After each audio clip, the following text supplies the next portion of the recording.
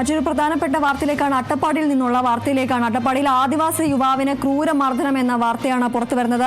മോഷണം ആരോപിച്ചാണ് ഇത്തരത്തിൽ ഒരു ആക്രമണം ഉണ്ടായിരിക്കുന്നത് എന്നതാണ് ലഭിക്കുന്ന വിവരം. നമ്മൾ നേരത്തെ നൽകിയ വാർത്തയുമായി സമാനമായ മറ്റൊരു അതിക്രമമാണ് ഇപ്പോൾ നടന്നിരിക്കുന്നത്. മോഷണം ആരോപിച്ചാണ് ഇത്തരത്തിൽ ആദിവാസി യുവാവിന് ക്രൂരമർദ്ദനം ഉണ്ടായിരിക്കുന്നത്. അട്ടപ്പാടിയിലാണ് ഈ ഒരു സംഭവം ഉണ്ടായിരിക്കുന്നത്. ആക്രമണമേറ്റത് പാലൂർ സ്വദേശിയായ മണികണ്ഠനാണ്. മണികണ്ഠന്റെ തലയൊട്ടി പൊട്ടി എന്നതാണ് ലഭിക്കുന്ന വിവരം. പോലീസ് നടപടിയെടുത്തില്ല എന്നും കുടുംബം ആരോപിക്കുന്നു. അട്ടപ്പാടിയിലാണ് ആദിവാസി യുവാവിന് ഇത്തരത്തിൽ മോഷണം ആരോപിച്ചുകൊണ്ട് ക്രൂരമായ മർദ്ദനത്തിന് ഇരയായത്. പാലക്കാട് ജില്ലയിൽ ഇത്തരത്തിലൊരു വീണ്ടും ഒരു മർദ്ദന വാർത്ത വരുന്നു. ആദിവാസി യുവാവിന് മർദ്ദനമേറ്റത്. ഇതുമായി സംബന്ധിച്ച് നമുക്കൊരു പ്രതികരണം ലഭിച്ചിട്ടുണ്ട്. ആ പ്രതികരണം ഒന്ന് കേൾക്കാവുന്നതാണ്.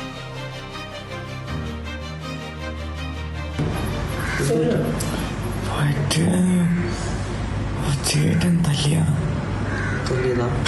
എന്താ ചേട്ടൻ പേരറിയോ? രാമരാജ്. എന്തിനാ തല്ലിയത്? ഈ പേര് കിട്ടെന്ന് പറഞ്ഞിട്ടാണ് തല്ലിയത്.